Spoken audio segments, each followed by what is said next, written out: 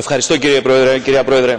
Η έκθεση που συζητάμε σήμερα θέλει να στείλει ένα θετικό μήνυμα για την ευρωπαϊκή προοπτική και τελικά για την ένταξη των χωρών των Δυτικών Βαλκανίων, της Τουρκίας και της Ισλανδίας στην Ευρωπαϊκή Ένωση. Σε αυτό το θετικό μήνυμα συμφωνούμε όλοι, πιστεύω, σε αυτή την αίθουσα και πάντως οι περισσότεροι. Ταυτόχρονα όμως θα πρέπει να γίνει ξεκάθαρο ότι η πορεία μέχρι την ένταξη είναι απαιτητική. Δεν είναι ένας δρόμος σπαρμένος με ρόδα. Είναι θέμα λοιπόν αξιοπιστίας για την Ευρωπαϊκή Ένωση να βλέπει ότι τα κριτήρια και τα προαπαιτούμενα που θέτει εκπληρώνονται με πράξεις και όχι μόνο με καλές προθέσεις. Χρειάζεται δηλαδή πλήρης προσαρμογή για την πλήρη ένταξη. Σε αυτό το πλαίσιο η εφαρμογή σχέσεων καλής γειτονίας είναι μεγάλης σημασίας.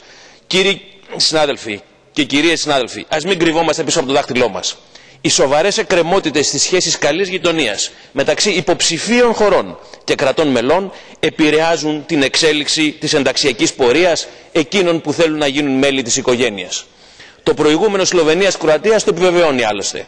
Για το λόγο αυτό, το ανοιχτό ακόμα ζήτημα της ονομασίας της πρώην Ιουγκοσλαβικής Δημοκρατίας της Μακεδονίας πρέπει να λυθεί πριν και όχι μετά την έναρξη των ενταξιακών διαπραγματεύσεων.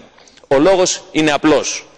Εάν η χώρα αυτή λάβει ημερομηνία έναρξης ενταξιακών διαπραγματεύσεων χωρίς να έχει προηγηθεί λύση, τότε η κυβέρνησή της δεν θα έχει πλέον κανένα ισχυρό κίνητρο για επικοδομητική στάση ώστε να επιτευχθεί τελικά με την Ελλάδα μια αμοιβαία αποδεκτή λύση. Όσον αφορά στην Τουρκία, η ομαλοποίηση των σχέσεων της με την Κυπριακή Δημοκρατία και το σταμάτημα των υπερπτήσεων ελληνικού εδάφους από τα στρατιωτικά της αεροπλάνα θα είναι δύο σοβαρά στοιχεία ώστε να επιταχυνθεί η ενταξιακή της πορεία. Με αυτές τις σκέψεις θα κρίνουμε και την στάση μας στην αυριανή ψηφοφορία. Ευχαριστώ πολύ, κυρία Πρόεδρε.